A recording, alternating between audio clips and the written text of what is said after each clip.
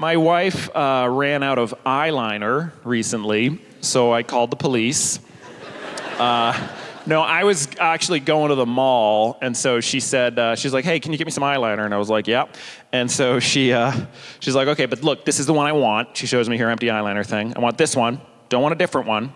If they don't have this one, don't get any at all. For this is the one that I require. And I was like, okay. And so I have the boys with me, and we go into the store, and a guy comes up to me. He's like, can I help you? And I'm like, I don't know. And I tell him about the eyeliner. He's like, yeah, I think we got that. And so he takes me over to the eyeliner hutch, and he's digging around. And he's like, oh, you know what? I think we're out of that one. And I'm like, well, then I'll see you later. And he's like, no, but we have others. And then he summoned women who worked there who had eyeliner on, and I felt I could trust them. And so they encircle me, and I'm getting hypnotized and confused. And my boys are like, Daddy, we gotta go. And then I'm like, And then one woman is like, this one is very similar. It's just missing. It's got one different isotope, and I think that she'll love it. And I'm like, okay. So I buy it, and my kids are like, fucking Christ.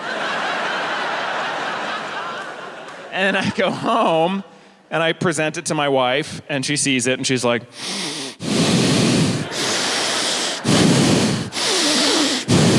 and she just spit on it and stuck it up my asshole. But that story should not reflect negatively on her, okay?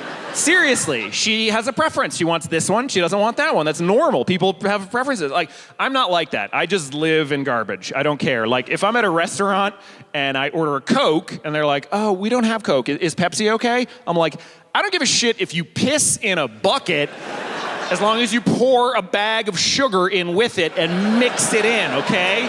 I want sugar and bubbles that I can pour down my throat that will coat the gray meat I've eaten earlier and bind with it and create a compound that will make me forget about my life for 20 minutes. So yes, Pepsi is fine. I wish that were a joke. I wish that weren't how I live my life. I signed up to chaperone a field trip for my 6-year-old not too long ago. And the day of the field trip came, and my son was sick. And normally when my kids are sick, I just tell them, go be sick at school. I don't want to deal with it.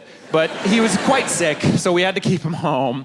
And then the school called, and they were like, it would be great if you could still chaperone because a couple chaperones dropped out and blah, blah. And I was like, oh, Christ. And so I had to chaperone a field trip that I didn't have a child of my own on. I had no skin in the game, and I really found out just what a piece of shit I am. Like, I have never been checked out of a situation more in my life.